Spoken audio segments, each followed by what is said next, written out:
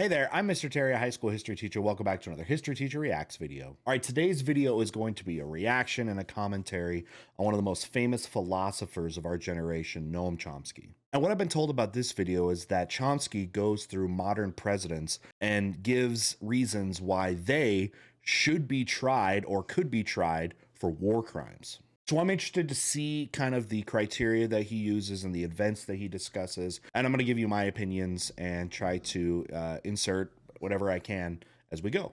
This original video is going to be down below if you want to check it out and give it some support. And I'd really love to know what you think. So put your comments down below. All right, let's get started. You said that if the Nuremberg principles were applied, every post-World War II president would be indictable. That's probably true. Can we run down them real fast? What did Eisenhower do that you would indict him for? Okay, so you say Nuremberg principles. What he's referring to is the Nuremberg trials. The Nuremberg trials were a set of war crime trials where they put surviving Nazi leadership on trial for the crimes of the Holocaust and World War II. So it looks like he's saying by that criteria, U.S. presidents, could be put under those same circumstances and same criteria. So this will be interesting to check out. So Eisenhower looks like they're talking kind of like post-World War II here. So, or the Eisenhower in the 50s. Eisenhower overthrew the conservative nationalist government of Iran with a military coup. He overthrew the first and last democratic government in Guatemala by military coup and invasion, leading to years of, in Iran, it led to 25 years of brutal dictatorship. Now, what kind of he's referring to is this is kind of the beginning of like Cold War era, I guess you would say. And you're getting these ideas that became popular after World War II of the United States, it's Truman Doctrine, right? And go back to Truman, but this idea that like communism is going to exist where it is, but if it could threaten to be, attempted or in other countries, that it should potentially be stopped. And there were worries about that, like in Iran and in Latin America. You're going to see this where if that was threatened to, happen, that the United States would intervene in some way, or whether it's directly or indirectly, try to remove those. And the problem, and a lot of those would be sometimes these were movements that were happening in these countries that were of popular support and sometimes democratic, right? And so stopping like a democratic or influencing the democracy of one country and potentially blocking a candidate or something from taking office. So that's what kind of the context here of what we're talking about. Finally overthrown in '79. In Guatemala, it led to massive atrocities, which are still continuing. Led to a dictatorship there. Almost 50 years. In Indonesia, this wasn't known until recently, but he conducted the major clandestine terror operation of the post-war period up until Cuba and Nicaragua, in an effort to break up Indonesia, strip off the outer islands where most of the resources are, and undermine what was then considered as a threat of Indonesian democracy. Indonesia was too free and open. It was allowing a political party of the poor to participate. They were gaining a lot of ground, so that Eisenhower supported and helped instigate a military rebellion in the outer islands. So you can see one of the fears he's saying that was happening here was that if a movement comes from the lower class, that naturally that's going to evolve in a socialist or a communist aspiring society, and that could then create alliances with like the Soviet Union, who was very clearly in the eyes of the United States going to be a threat, going forward in a potential conflict. And also the economics of it, they believe that if that happens, those kind of movements happen in countries, it'll hurt the economics of the United States as well, and could potentially hurt economic interests there. So the Indonesia stuff, yeah, goes under the rug, but Iranian stuff and Guatemalan stuff has been well noted. This is just for starters. These are all indictable offenses. What about Kennedy? Kennedy was one of the worst. Kennedy, first of all, invaded South Vietnam.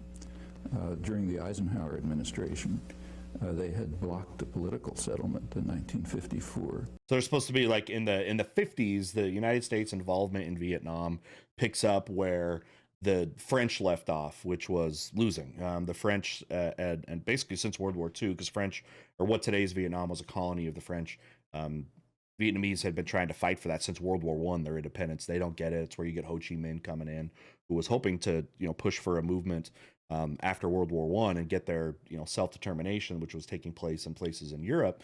But yeah, and then in the early years, when with American involvement, it was supposed to be more indirect, where the United States or something would try to like train or help the South Vietnamese, who were generally the kind of anti-communists, but that wasn't working as well. And then you start getting United States involvement more directly on the ground. That's what he was referring to kind of the policy shift happening, starting with Kennedy in the early 60s.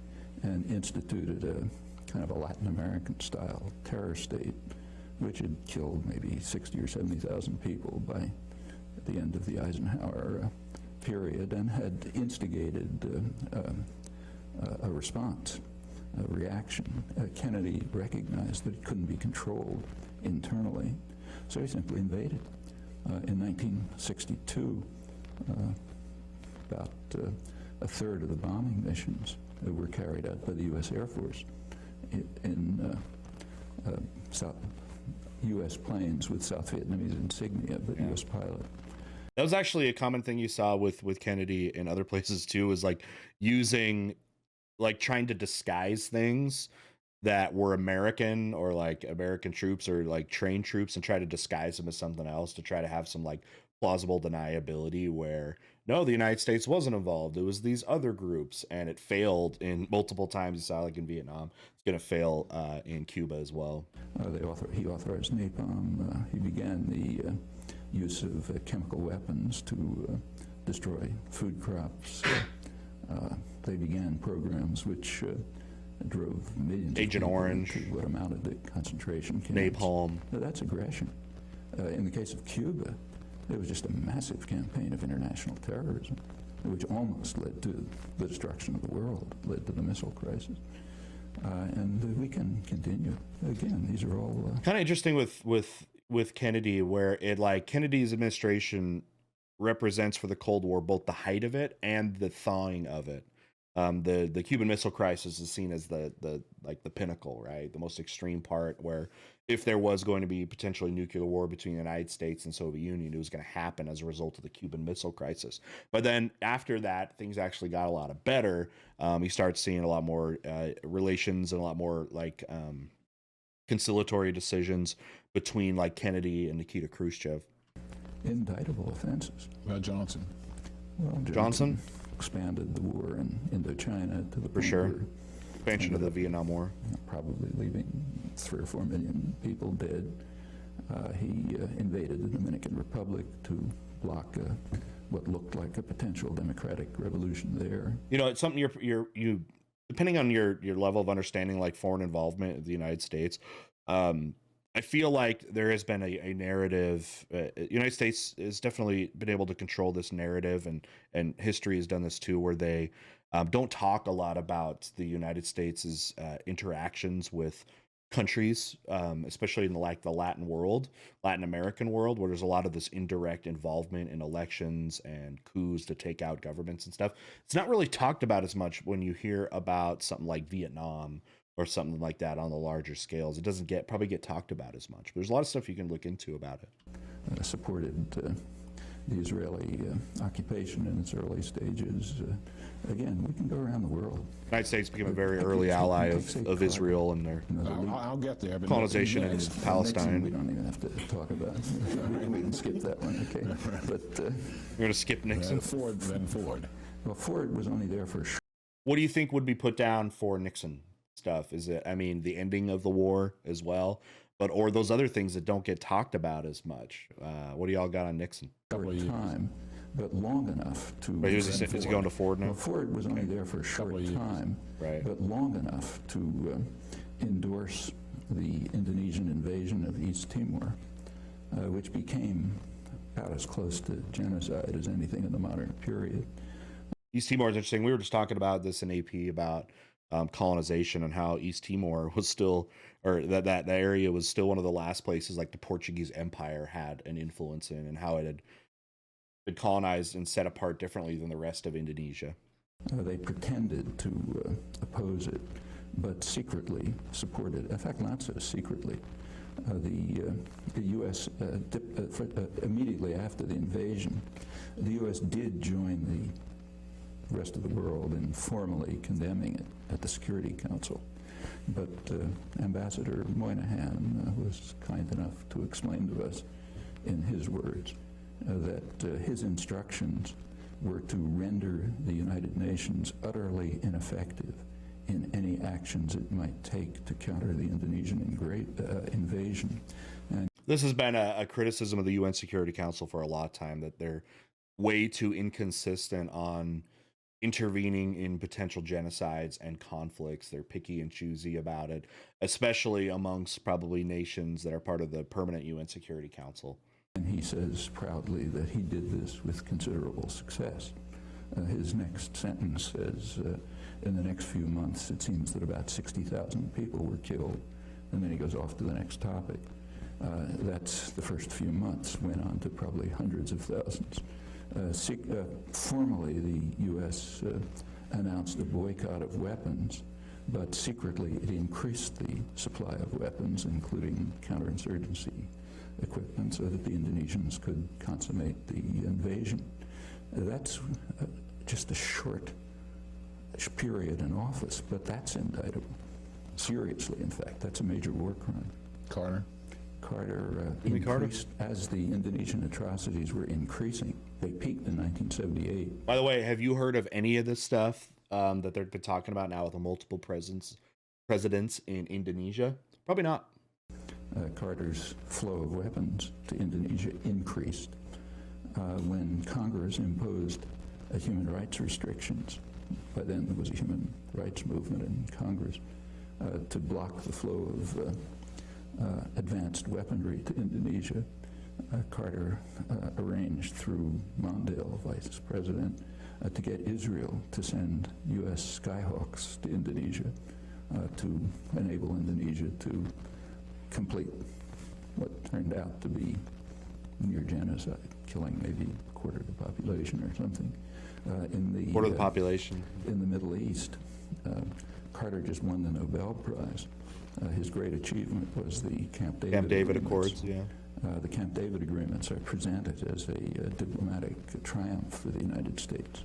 In fact, they were a diplomatic catastrophe. At Camp David, the United States and Israel accepted, finally, Egypt's 1971 offer, which they had then, U.S. had rejected at the time, except that now it was worse from the U.S.-Israeli point of view because it included the Palestinians. In order to get Israel to accept Egypt's 1971 offer after a major war and atrocities and so on, Carter raised military and other aid to Israel to more than 50% of total aid worldwide. You see, Chomsky very much seems to be, in talking against the, the creation of Israel in Palestine and things like that on those grounds. Probably behind, what it took and the violence that it ends up, creating, and the relocating and kind of pushing out of Palestinians from lands and stuff. So he definitely ties, it looks like, Israeli crimes, right? What he's saying there, Israeli crimes, and ties those to the United States. The United States is basically as part of that. So you can see that connection he's been making a lot now. Israel used it at once in exactly the way they said they were going to do, as every sane person knew, as an opportunity to attack their northern neighbor, first in 1978, then in 1982, and to increase integration of the occupied territories. And that's for starters. We can continue. Reagan? I don't think we have to talk about that one either. Reagan is the you don't have to talk about him, but let's talk about first president to have been condemned by the International Court of Justice for what they called the unlawful use of force, meaning international terrorism, in the war against Nicaragua. Again, that's just for starters. More of the Latin America stuff that you're going to get here with Iran-Contra affair as well. And again, so you're seeing hearing a lot of the Latin American things. Now, do you think if you believe these are indictable offenses, do you think the fact that it's like first world country versus what UN countries might perceive as like third world countries or something, you think since you have that imbalance, that is a reason why this stuff has largely been ignored, is you're not dealing with war crimes against, bigger nations? Do you think that's a reason, or do you think these crimes just don't fit the bill, say, of, war crimes? Let me know down in the comments. They also, the Security Council endorsed it in 2 resolutions, both of which were vetoed by the United States. Bush won. Well, we can begin with the invasion of Panama. The invasion of Panama, which, according to the Panamanians, killed about 3,000 people, since it's never investigated. We don't know if that's true or not. This was done in order to kidnap a disobedient thug who had been supported by the United States right through his worst atrocities. Noriega, who was brought to Florida and tried for crimes that he committed mostly on the CIA payroll. Okay, that's aggression. We could go into the detail. CIA gets involved a lot, and you'll notice in a lot of these, if you look into it, in a lot of these instances of the United States intervening in a lot of foreign countries, is like using the CIA to do training and things like that. Sometimes even getting ahead and not even at the behest of the president himself. Of the war in Iraq, but there were plainly opportunities for, they might not have worked, we don't know, but there were opportunities for diplomatic settlement, which the Bush administration refused to consider, and incidentally the press would not report, with a single exception, and Long Island Newsday, which did report the whole story throughout accurately, and is the only newspaper in the country to have done so. The Bush administration then did attack, and the attack was carried out in a manner which is criminal under the laws of war. They attacked infrastructure. I mean, if you attack New York City and you destroy the electrical system, the power system, the sewage systems, and so on, that amounts to biological warfare. Yeah, you'll see that international law will talk about how infrastructure is not to be a target of potential warfare. And usually when it comes to warfare, people, if they go to warfare, they don't care about that kind of stuff. But you hear that you're not supposed to go after, infrastructure. You hear that talked about as like a war crime in, say, like Russia and Ukraine, as infrastructure was attacked. And that's the nature of the attack. Then came a sanctions regime, which it's mostly Clinton, but began with Bush, which is, by conservative estimates, killed hundreds of thousands of people while strengthening Saddam Hussein. That takes us off to Clinton, which that's the beginning, but that's by no means the end. We can run through that one case suffices. All right. But there are plenty of others. Bush too? Let's go on with Clinton. Okay. And one of Clinton's minor escapades, very minor, Don't stop. We got to keep going with Clinton. was sending a couple of cruise missiles to the Sudan to destroy what they knew to be a pharmaceutical plant. There was no intelligence failure. According to the only estimates we have from the German ambassador and the regional director of Near East Foundation, who does field work in Sudan, both of them estimate several tens of thousands of deaths from one cruise missile attack. It's pretty serious. Chemical plants. If somebody did that to us, we'd regard it as bad news. And again, we can continue. In the Middle East, for example, Clinton began by declaring past UN resolutions, in the words of his administration, obsolete and anachronistic. Okay, so we're finished with that. No more international law. Then comes Apollo.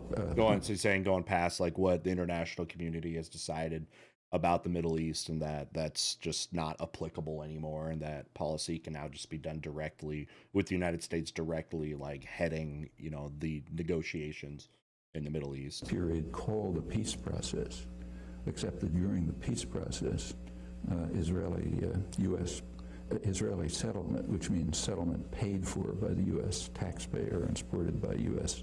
military aid and diplomacy, continually increased. The most extreme year was Clinton's last year, the highest level of settlement, the highest since 1992. Meanwhile, the territories were cantonized, broken up into small regions with infrastructure projects and new settlement. I don't know what you call that, but it's under military occupation. And if anyone else was doing it, we'd call it a war crime. And again, we can continue. Wish to, I don't think we have to discuss. Okay. All right, final thoughts. All right, well, you heard my thoughts. I was mostly just trying to put context in it so you can understand a little bit about what kind of foreign policy was like kind of in the United States. I'll leave the assessments to you guys. That's my job as a teacher. Try to give the perspectives and try to give the information, and then, you know, you can kind of come to these conclusions. And it really comes back to this question, which I'm interested to see your feedback was, were these crimes or potential crimes or asserted crimes by U.S. presidents, do you think they would be worthy of war crimes? And he was saying, and they set this up as Nuremberg style war crimes, kind of, again, referring back to the war crime trials that were put against the surviving Nazis after World War II. So do you think these, specifically with each of the presidents, do you think that should have happened? Do you think it was not warranted for any of these stories? Are some presidents, would you say, more, you know, more for candidates for war crime trials than others? Let me know what you think down there, and could be an interesting discussion of there. Is there a double standard that some nations are given when it comes to international politics and international interventions? Anyways, what do you think about those things? Now, again, if you want to watch this again and support the original part, the Chomsky video is down below. You can see that interview again and support that. And if you have more, if you would like to see more of this kind of stuff, kind of more debate on whether it's controversies and stuff like that, you can let me know. Come over to the Discord server in the video suggestions if you have other stuff that you'd like to see covered that way. It's a great way to communicate those ideas and get them to my attention. All right, with that, we'll see you next time. Bye.